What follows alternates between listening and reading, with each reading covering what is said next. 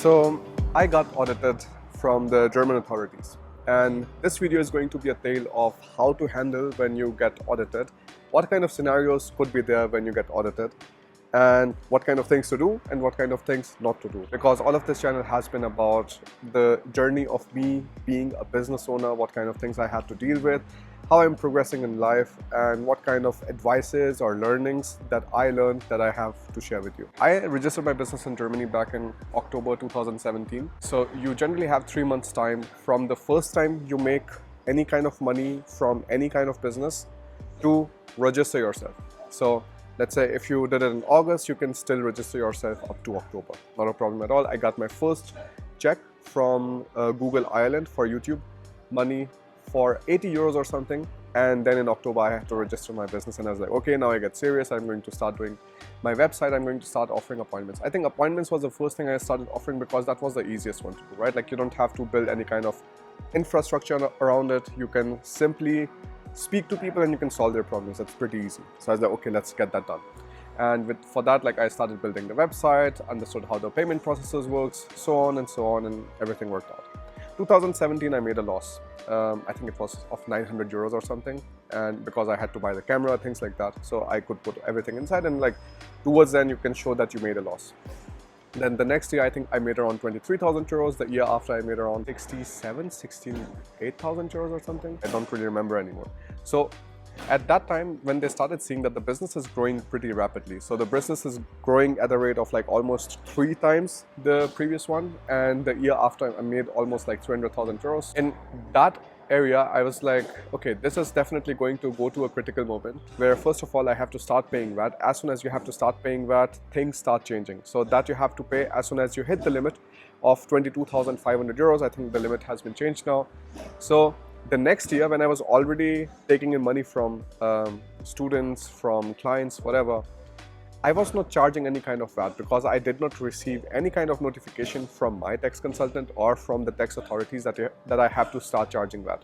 Not a problem at all, because if you don't charge VAT, then you essentially pay the VAT from your own pocket, right? So like if you charge 100 euros, you have to take out 19% of the 100 euros and you have to give it to the authorities. So you essentially have lesser income, but you still having some kind of money. And this also like keeps the prices a little bit competitive because other people have to charge VAT on top of the net price, which makes their product more expensive. That means many times if you're a small business, people end up coming to you. This is also the reason why the German government has this small business regulations. That means if you're having like you're just starting out and stuff, you need to find place to put your feet. So okay, you can charge your prices.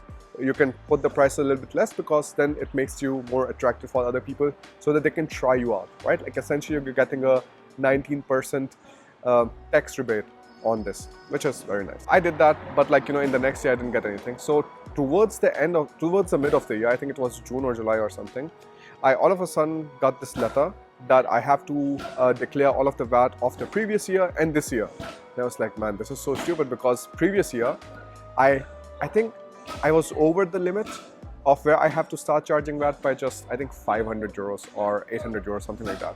So I was like, this is like such a trivial limit. I was expecting that it is going to happen this year, like the next year when I was making more money, but it was happening the previous year already when I was making 22,000 something. So I think this from here, like I can give you the first learning, and that is like sometimes, like as you're starting out in the business, sometimes people from different kind of backgrounds have the idea that the regulations might be not so strict, it could be flexible, you can play around them and so on, but unfortunately in Germany that doesn't happen. Even if it's like, you know, 800 euros, 500 euros above the limit, you are above the limit, and that means you have to start going towards the new tax regulations. Of course, I think, what was I, 22, 23, something like that. So was pretty stupid at that time, didn't know how business works. So now this is a learning for me. Now as soon as like something gets crossed, I know I'm in a different category. This is also the weird thing about the German system, that for example in Romania, when I crossed the threshold for VAT, I had 1 month of grace period where I could change everything. So for example, you cross the VAT limit in August. You don't have to still charge VAT in September. And then afterwards, from October, you can start charging VAT and start declaring VAT. So that was a pretty nice system, which I didn't find in Germany. And unfortunately, my tax consultant was also like not really very communicative in these regards. Like if you have some kind of regulations to follow, do that. I see many people who are coming to Germany and they do illegal business. That is like, for example, they start a YouTube channel, start an Instagram, whatever, start taking sponsorships, are still on a student visa, but haven't registered a business in Germany. That's completely illegal. And when you get audited, you'll be screwed massively. So this is the first thing that I have to tell you, that if you are in a scenario like this, when you're starting a business or something, be very, very careful with the regulations, because I can tell you from my own experience. Like, so on the other channel, Bharat in Germany, I make content about studying in Germany and so on. And I see so many other influencers which are popping out, which are also like doing social media professionally, which already means that they have to register a business. They need to have a VAT ID number, they need to have a tax ID number, and they need to have an impressum or a legal imprint on their Instagram profile or wherever they're doing any kind of activity, right? They don't have it. So the moment they get audited, it is going to be really, really bad. So how the story starts with the audit. So for example, first of all, like I had to like shift it to VAT. And the thing is, like, most of my clients come from India. That means I don't have to charge EU VAT on them. Anybody who's coming from outside EU, you don't have to charge VAT on them, which was a new thing. They were seeing, okay, like this person is making 300,000 euros, but in the end, he's only declaring VAT on like 80,000 euros or something. How is it possible? So this was the main reason why the audit took place. So this was the first email I received. And before that, I got letters, right? So I unregistered myself on 28th February. And they were sending me letters. I was also not taking seriously. I was like, okay, like, some random, like a check. I don't think it is going to be such a dramatic thing. They will like, ask my consultant for whatever documents they need. My consultant, on the other hand, she was nowhere to be found. So the communication became directly to me. So on 12th February, I said like, okay, like, we are going to Romania. And we were not really aware like if we are going to like stay in Romania forever, because again, it's a new country and so on. So I said like, I'm going to be there till May or something. I'm going to come back and I'm going to like, submit the documents that you need. So, which of course I completely forgot. So I received this email that was in August, 11th August 2021, right? So after almost 6 months. So this person writes, 12.2. teilten Sie mir telefonisch mit, dass Sie Verschiebung der mit Prüfungsanordnung vom 12.01.2021 ankündigten Umsatzsteuer-Sonderprüfung bitten, da Sie beruflich circa bis Mitte Mai in Ausland wären und sich im Anschluss wieder bei mir melden würden. So that's the funny thing. Like when I had a call with them, I was like, who is going to remember the call and stuff? Like, so it was like a lot of negligence on my side when I was like doing business, like a lot of kind of leniency, right? I come from India. I grew up in India. Most of the times in India, there's a very laid-back atmosphere. Like you don't really have to take things seriously. Yeah, it's going to happen. It's going to take its time and so on.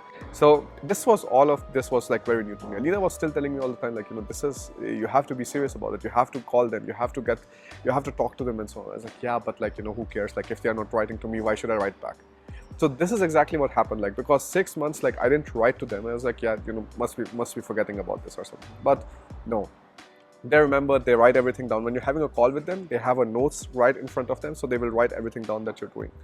So that's what happened, and afterwards, like I just directly submitted the documents, which was good.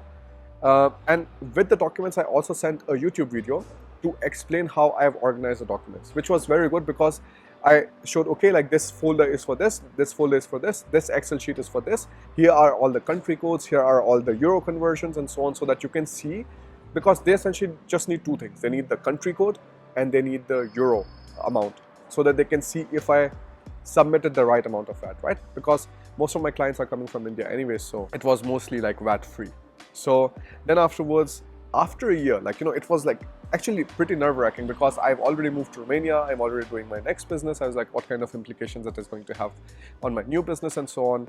So I was pretty worried, but I knew that like I did everything right. Like there was nothing to hide. If they have any kind of transaction they want to ask me for or something, everything is right there. And this is also the reason when I'm filing taxes, I'm not really giving every single expense, because I know when you're starting to give every single expense, then the questions that start rising are much, much higher. So I just give the expenses which are very feasible, not really. You just give the expenses which are like very relevant to your business. So that's exactly what I did. So that's why, like when I received this letter after a year, so I can show you the screenshot without all of the personal details. So they wrote to me, and you see like this is September 26th this year. So it's what, 2 months back or something? Yeah, 2 months back, like almost like 1.5 months back. So after a year, I received this letter, and when I was opening, I was a little bit nervous because I was like, okay, I'm not really sure like what it is going to be. And the funny thing, the first email I received was on bharat@bharatingermany.com, which is my main email address, but my team uses it to like respond to queries and stuff. So they didn't take that email seriously. So they didn't even forward it to me. That was really, really bad, because I think I saw the email after a week or something, and I was like, man, this is already like really bad how it's looking. So I was really fast after responding to them and so on. I sent them the documents by, I think, August 23rd. And so this took around 1 year and 1 month. And I received the email which said, Vielen Dank für die Bereitstellung der Unterlagen. Die Prüfung ist ohne Feststellungen abgeschlossen.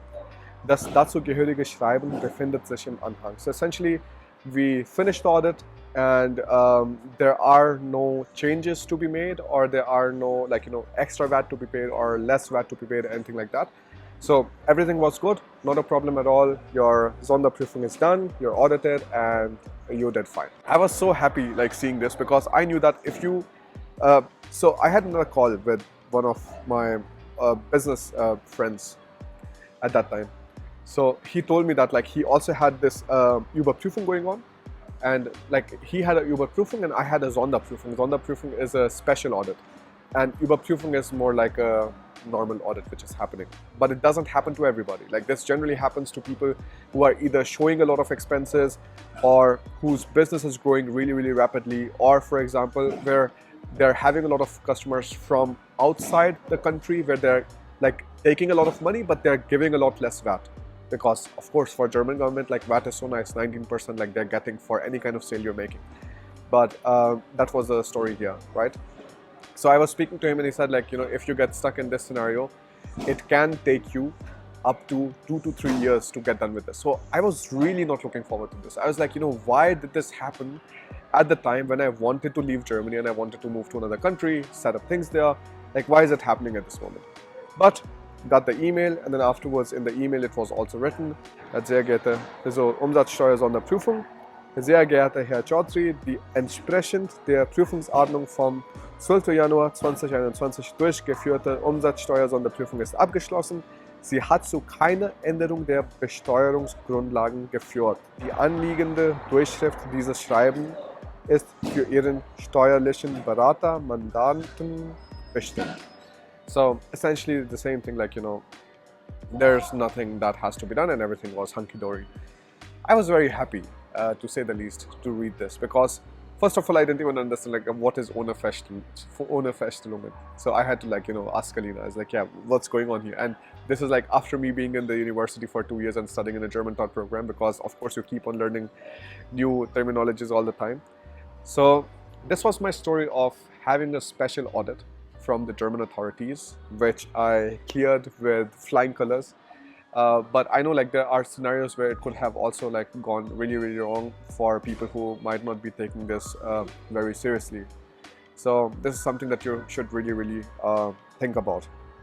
Also, meanwhile, I mean, like everything was really, really planned, right? Like I was already like transferring funds from my main account, the German account, to the Romanian account, and so on. So this would have also caused a problem if I would have closed my German account, because I wouldn't really have the bank statements for specific times, because, well, I didn't really keep it. Yeah, like I said, like I was not so great in my 23 and 24 when I was like, learning how to do a business as a sole proprietor. But now, as I have a private limited, as a private limited, you have a lot more regulations. Taxes have to be filed every single month till the 1st, and you're essentially just have to follow a lot more stringent laws. So yeah, like now, of course, the habits have changed. They have gotten better. Sometimes I still find it very difficult to like do it every single month. I mean, it's such a painful thing. I know you guys complain about doing taxes once a year, but I have to do the taxes every single year. I have to pay VAT every single year. I have to pay the every single month. I have to pay the income tax and so on, the dividend taxes, things like that. So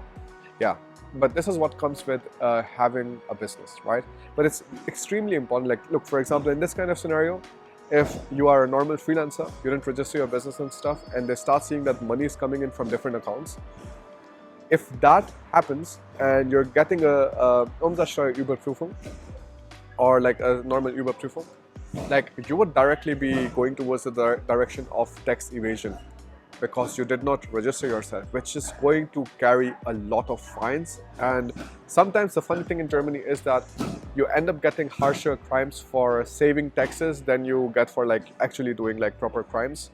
So it could turn out really, really bad. So if you're one of those persons who is running a business or who is just doing social media, whatever, like, just experimenting with some things, but you're already receiving money, make sure that you declare it to the authorities, or that you already kind of register yourself as a business and so on, so that you don't have any kind of problems later, because these could be one of the worst problems that you could think about. So that's pretty much it. A short video from my side. And if you're still investing in the stock market, which I know many of you are doing it because the prices are pretty cheap, you can still use my Scalable Capital link given below and open a new account with them. The biggest benefit of this is no matter what kind of EU country you move to, you can still keep your Scalable Capital depot and you can like simply go to the other country. This was really, really beneficial for me when I was moving from Germany to Romania. I could still keep my depot. I didn't have to sell my positions. I didn't have to buy the positions new and so on. So everything's good like that. If you have any kind of questions, any kind of video topics you want me to cover, please let me know in the comments. I'll be making more videos very soon on Brand Device. See you soon.